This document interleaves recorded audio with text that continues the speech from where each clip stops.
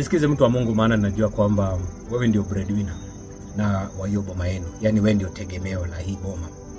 Watu wote kwenu wanakutegemea wewe. Na ninajua kwamba hiyo mzigo umeibeba strongly sana. Umejaribu sana kusave family. Ndio umetoka nyumbani, ukaenda pahali umeenda kuajiriwa kazi, ama umengangana hivi unangangana ili ukapate angalau kubadilisha situation na kubadilisha hiyo family. That is the fact of the matter. Ya kwamba unataka hiyo background iwe different. Najua kwamba ombi lako ni watoto wangu wasipitie yale mimi nimepitia maishani. That is your prayer. Basi sikiza mtu wa Mungu, maana najua umekuwa frustrated, maana kwa sababu ya kukimbishana na hiyo dream ama hiyo ndoto ya kubadilisha hiyo family. Najua kwamba umelipa gharama mingi sana. In terms of kama ni maombi umeenda, kama ni mlimani umeingia mlimani, kama ni kutoa umetoa, kama ni kuvunja madhabahu, wale wamekwambia madhabahu ndio yanakuzuia. Kuna wale wamekwambia hauendi vizuri kwa sababu umerogwa, umefanya, yani everything ambayo wamekwambia umefanya, lakini bado mambo ni the same. Na ninajua hiyo jambo huwa linavunja moyo sana, na hiyo jambo ama hiyo hali huwa ina frustrate sana. Ndio maana nilipokuwa nikiomba, Bwana akanipea maneno haya nataka kukuambia. Jambo la kwanza ni kwamba unastahili ufanye mabadiliko fulani. Wanafunzi wa Yesu walifika mahali wakaletewa mtu awaombee, yani wamuombee. Mtu ambaye alikuwa mtoto, alikuwa mgonjwa, wakaletewa wamuombee, lakini walishindwa. Maana Yesu alikuwa ameenda mlimani kuomba, lakini wao walishindwa kufanya hiyo. Sasa mzazi wa huyu mtoto alingojea mpaka Yesu ashuke kwa mlima. Akamwambia, mwalimu, si ati nilikuwa nataka kukusumbua, lakini nilijua wanafunzi wako kwa sababu wametembea na wewe wanaweza badilisha hii hali, lakini wameshindwa, ndio maana tumekungojea. Yesu akakemea hiyo pepo na mtoto akakuwa sawa. Lakini wanafunzi wa Yesu walienda na uzito sana. Wakamuuliza, Bwana, mbona sisi hatujaweza kufanya hii? Licha ya kwamba tumetembea na wewe, tunakaa kama wewe, tumesikia mafundisho yako, lakini mbona hatukuweza kubadilisha? Yesu akawaambia, jambo la kwanza, maombi mengine ama mambo mengine hayafanyiki ila kwa kuomba na kufunga. Na akawafundisha maombi, maana walimwambia Yesu, tufundishe kuomba kama hivyo. Ndio Yesu akawafundisha, Baba yetu aliye mbinguni, jina lako litukuzwe, ufalme wako uje, the Lord's Prayer. And let's think a little bit about that. Na Lord's Prayer inamaanisha nini exactly, the pointers. Alipoambia Baba yetu aliye mbinguni, yani Mungu aliye mbinguni, alikuwa na quote Psalms 24 ambaye maandiko yanasema dunia na kila kitu kilicho ndani ni cha Mungu. So wakati unasema our Father who art in heaven, Yesu alikuwa anafundisha, jaribu kuunderstand ya kwamba hii dunia Mungu ako na kila kitu unachoomba. Si ya kwamba ati Mungu ataenda kumanufacture ama ati kutakuwa na shortage ya kenye unaomba. Wakati unasema our Father who art in heaven, hallowed be thy name, una recognize ya kwamba the world and everything belongs to him. Na let's think about that for a moment. Ninajua kwamba umepitia kwa hii hali ukijaribu kuchange mambo, lakini imefika mahali umeanza kudoubt. Kwani kuna watu special ambaye Mungu anasikia. Kuna watu special ambaye ndio wanastahili hii mambo ifanyike, ama what is happening? The problem is not that you are not praying. Si ati wewe si mwombezi, na si ati wewe si mtu wa Mungu anapenda. Ni kwamba wewe unafanya vitu in a different way. Ni nani unapea utukufu once umeamua kuchange mambo? Ni nani anachukua glory? Watu wengi saa nyingine huwa tunapitia ugumu mkubwa sana, that tunapea glory hizo mashida. Tunaonesha hizo mashida venye, tunaonesha Mungu venye mashida yetu ni makubwa. Tunaonesha Mungu venye mambo yetu ni magumu. Tuko katika problem. Ndio unaambia Mungu, sijui kwa nini unaruhusu nipitie haya. Mungu, kwa nini unakubali haya yanipate? Kuna hiyo mawazo. In that way, huwa tunachukua focus yetu sana, tunaipeleka mostly to the energies ambaye tunapata through the things that we are going through.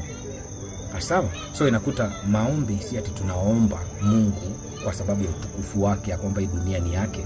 Tunakuta pale tunafika moment tunaomba Mungu because of the problem tunapitia. Jehova, tunakuomba kwa sababu ya hii shida, not because tunaamini ya kwamba wewe una uwezo, huwa tunaenda kwa sababu ni shida, ndio unaambia Bwana nakuja mbele zako, nafunga maroho ya madeni, nafunga hatujakaa tukajiuliza mbona Mungu akiwa mbinguni akaniruhusu niingie hapo, wakati kabla sijaomba hii deni hata nilienda mbele za Mungu nikamwambia ninaenda kuchukua loan, ninaomba unisaidie, mbona Mungu hajasaidia? It is because most of the time ile energy unaichukua ni from the things you are going through. Na so kama vile dunia ama kama vile mwanadamu ameumbwa, kile huwa tunapitia mostly ina take over the way we think, ina shape ama inachangia kile tunaomba na vile tunaamini. You understand? So the more umejazwa na mambo, the more umepitia katikati ya mambo, sana sana kuna majaribu ya wewe kuyainua mbele za Mungu hayo mambo. Unapoomba unasahau ya kwamba that is not the way we pray. The way we should pray ni kwamba tunaita ufalme wa Mungu. Nasikia anasema ufalme wako uje hapa duniani, itendeke kama yalivyo mbinguni. Like, Lord, sitaki haya mambo yawe ndio yananidirect. Nataka kile kitu ambacho kinanidirect iwe ni mipango yako.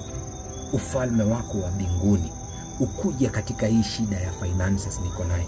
Ufalme wako ukuje katika hii marriage, ukuje katika hii health yangu. I want to bring God into this, not this into God. Maana anasema before even you pray, hata kabla hujafungua mdomo wako, kwa kitabu cha Exodus anasema hata kabla hujafungua mdomo wako nitakuwa nimekujibu maombi. Ninajua yale unayapitia. God already knows what you are going through. Anajua yale mashida unaenda, but the thing is hauchukui hiyo mashida kumpelekea. Yani hauchukui Mungu kumlete ndani ya mashida, unachukua mashida kumpelekea, na tayari anaijua. Hii mashida ndio haijui Mungu wako. So you need to bring thy kingdom come. Utembee ndani ya the kingdom. Na hiyo kingdom ndio Yesu alisema tutafute hiyo kingdom na haki ya hiyo ufalme, ili hiyo ufalme uweze kututetea. Hauwezi hizi mashida na hizi vitu hauwezi peke yako. You need God to do them. So that is the idea. Unapoomba lete hizi mashida zikae hapo ndio, lakini lete Mungu, the kingdom of God ishuke iingie katika hizi mashida. Maana hizi mashida Mungu anaziona na anazijua na ako na mipango. Amesema I have a plan for you. Na hii plan si plan imefichika, ni plan ya kukufanya ufaulu, to prosper. Kwa hivyo kufaulu kwako hakuko katika mikono ya mwalimu aliyekufundisha ama mzazi aliyekuzaa. Kufaulu kwako kuko katika Mungu. Mungu ni nani kwako? How do you know your God? That is the thing I want you to think about. And so alipokuwa akiendelea kuwafundisha akawaambia muombe Mungu utupe leo riziki yetu, utupe leo mkate wa kila siku. Hiyo inaonyesha depending on him. Depending. Mungu anafurahi sana tunapo depend on him. Amesema, maandiko yanasema trust in God and lean not on your own understanding. So the moment unasema give us today our daily bread, tupe leo hii, yani hii shida Bwana unaiona, kwa hivyo tunaomba kutoka kwako, si abadilisha hii hali, tupe, give us a new one. Anasema behold I'm doing a new thing, nafanya jambo jipya, ya kale yamepita. So yale kazi imeisha, mambo yameharibika, ya kale yameisha. Tupe leo hii tunapoishi, which means every day kuna word ya hiyo day. Sio kama unajua kwamba 365 times maandiko yanasema usiogope maana niko pamoja nao. The word of every day. So every day ukichukua 365 uiweke kwa kila siku, hiyo ni siku zilizo kwa mwaka moja. So every day unapoamka Mungu anasema usiogope, niko pamoja na Yesu. Give us today, leo tupe mkate wa kila siku. Like leo hii tunakutumainia, tuna depend on you. Mungu anafurahi sana unapo depend on him, maana hapo inakufanya unakuwa mtoto wa Mungu. Na Mungu hawezi achilia watoto wake. Daudi anasema nilikuwa kijana na nilikuwa mzee, sijaona mwenye haki ameachwa, wala hata mtoto wake kuomba mkate. That is the situation God wants. Na ndio Yesu akasema tafuta ufalme wa Mungu na haki yake.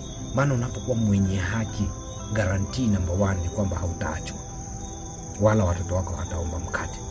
But how will you get that kama ufalme hujaingia ndani yako? Kama the kingdom is not, you're not operating on the kingdom. Unaona, leo hii mimi ni Mkenya ndio, lakini mtu mwingine anaweza kuja Kenya na aishi Kenya na enjoy, lakini ikifika kuna vitu ambaye hawezi fanya maana sio citizen, kama kupiga kura, kama vitu kama hivyo.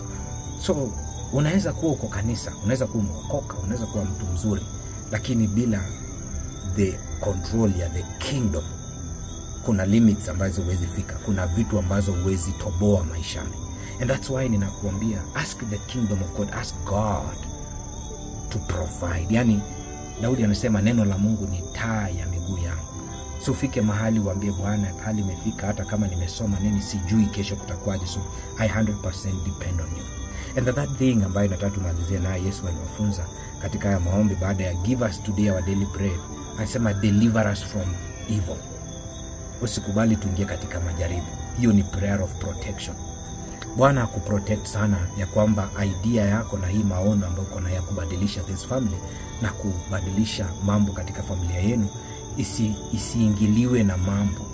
Bwana akufungue mawazo, Bwana akufungue moyo wako ukapate ku understand even more ya kwamba Bwana akikuongoza atakulinda na majaribu. Amesema mpaka mwisho wa dahari atakuwa nasi. So omba Mungu ya kwamba katika hii safari hadi mwisho wa dahari Bwana awe pamoja nawe, akuongoze, asimame na wewe. Yani grow closer to him, mutembee na yeye. Mungu anapenda fellowship. Na ndio unaona wakati wa Adam alikuwa anatembelea Adam kila jioni for fellowship. Bwana pia anapenda kukutembelea every day. Ndio maana saa nyingine unakosa usingizi usiku, the Lord want to speak to you. Saa nyingine unasikia tu kuna kikitu roho wa Mungu anajaribu kuongea na wewe. Saa nyingine unasikia masikio yanatoa masauti ndani. The Lord want to speak to you. The Lord wants a fellowship with you. Lakini tuko so much concerned na yale tunapitia such that hatuwezi compare that fellowship. Turekebishe hapo mtu wa Mungu. Sasa I pray that tufike hiyo level ya ku understand on that ground. Na understand. Na kwa hivyo nikikwambia leo unaweza achieve hiyo maono ya kubadilisha hiyo family. Unaweza achieve maono ya kubadilisha watoto wako wasiwaiomba mkate. I want you to ask God to do it. Wanafunzi walikuwa hawana hiyo ufahamu, maana Yesu hakuwa present. Na ndio Yesu alipopaa mbinguni aliwaahidi, wakati walikuwa wanapaa aliwaahidi, sitawaacha mayatima. Maana aliona hawa watu wanafunzi wake wanakaa kama mayatima. In terms of walikuwa wameboeka, hawajaona the bigger picture. Wameona Yesu anawaacha. Ndio Thomas anamwambia, huko unaenda sisi hatujui. Na hata hiyo njia unasema si hatujui. Ndio akasema I am the way, the truth and the and so akasema sitawaacha hivyo, nitawaletea msaidizi. Akatuachia Roho Mtakatifu. Acts chapter 1 verse 8 inasema mtapokea nguvu Roho wa Mungu atakapokuja juu yako. Sasa mtu wa Mungu, ikiwa wewe unamtafuta Mungu, ujue maisha ni spiritual na vitu vyote viko rohoni. Sikwambii uwe spiritually awake, na kuambia understand kwamba kuna shifts, kuna times, kuna seasons ambazo ziko rohoni, and you will not understand them unless Roho wa Mungu akujae. How can you be spiritual na Roho wa Mungu yuko ndani ya maisha yako? Be filled with the Holy Spirit. Ask that na Mungu atakusaidia sana. Hizi vitu zingine Roho wa Mungu ni msaidizi na mwalimu, atakuwa anaweza kukuonesha before even they happen, na atakuwa anaweza kukulead and guide you onto that. Ninakuombea sana, maana najua haya maono uko nayo, na najua ile mzigo umebeba, na najua wewe ndio unategemeo, na wewe ndio everything. Sasa wacha mambo ya kukaa kidini hivi na kukaa hivi. Njoo nikufundishe kutafuta Mungu, maana haya ndio mafundisho yangu. The main teachings niko nayo ni vile tunaweza connect na Mungu directly, maana that is the will of God. Hiyo ndio kazi Mungu amenipea. So mimi naachia hapa. Mungu akubariki sana. I hope you understand. Join our services. Hebu subscribe hapa chini, ndio nikiweka video weka hii kengele kako hapa, finya hiyo kengele iwe on, ndio nikiweka video uwe notified. Tuna mambo mengi sana ya kufundishana kuhusu hii. Kwa hivyo haya tu ni yale nimesikia nikuhimize nayo. Kuna video nyingi nitakuwa naweka hapa, naendelea kuzitayarisha, na utapata nafasi nzuri sana ya kumsikia Mungu. For now, Mungu akubariki. Tafakari hayo nimekuambia, mtu wa Mungu, na utaona mkono wa Bwana. Peace be with you. Shalom.